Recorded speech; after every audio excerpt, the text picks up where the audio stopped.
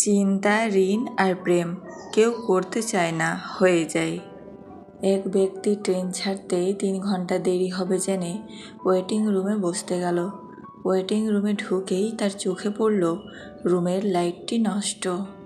তাই সে ছোট্ট একটি বাল্ব কিনে লাগালো। তারপর খেয়াল করলো রুমে অনেক মাকড়সার জাল। তাই সে একটা বড় ঝাড় কিনে রুমটি পরিষ্কার করলো। তারপর খেয়াল করলো রুমের ফ্লোরে ময়লা। তখন সে রুমটা ঝাড় দিল।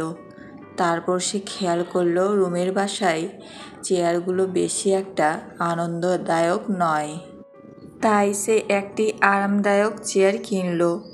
এখন সে রুমটি সাজানোর জন্য কিছু জিনিস কিনে রুমটি সাজালো, যার কারণে সে অনেক ক্লান্ত হয়ে গেল।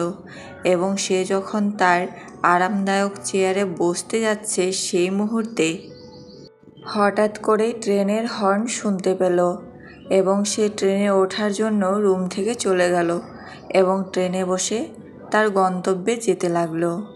আমি জানি আপনারা ভাবছেন এই লোকের চেয়ে বোকা লোক আর পৃথিবীতে নেই, কিন্তু আপনি কি জানেন এই লোকটি কে?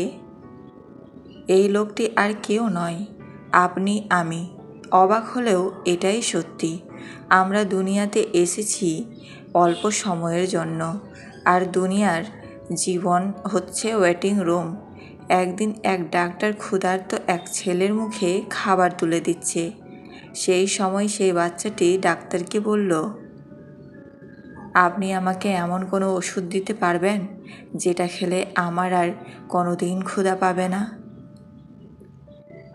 এই কথাটা শোনার পরে ডাক্তার তার চোখের জল আটকাতে পারেনি। মানুষ অভাবে মরে না, মানুষ মরে স্বভাবে।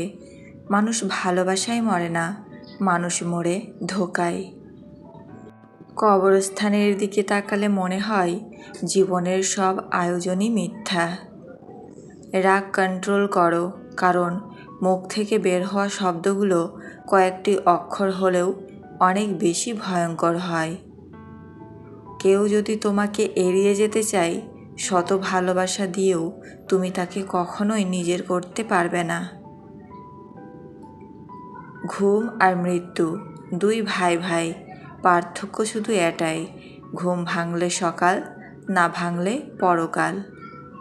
তুমি খারাপ সময়কে ভুলে গেলেও খারাপ সময় থেকে পাওয়া শিক্ষা তোমার সারা জীবন মনে থাকবে।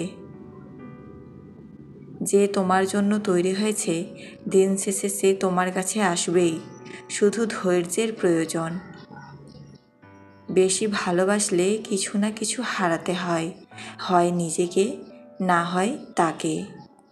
হঠাৎ করে নিজেকে বদলানো যায় না, নিজেকে বদলাতে হলে অনেক কষ্ট সহ্য করতে হয়।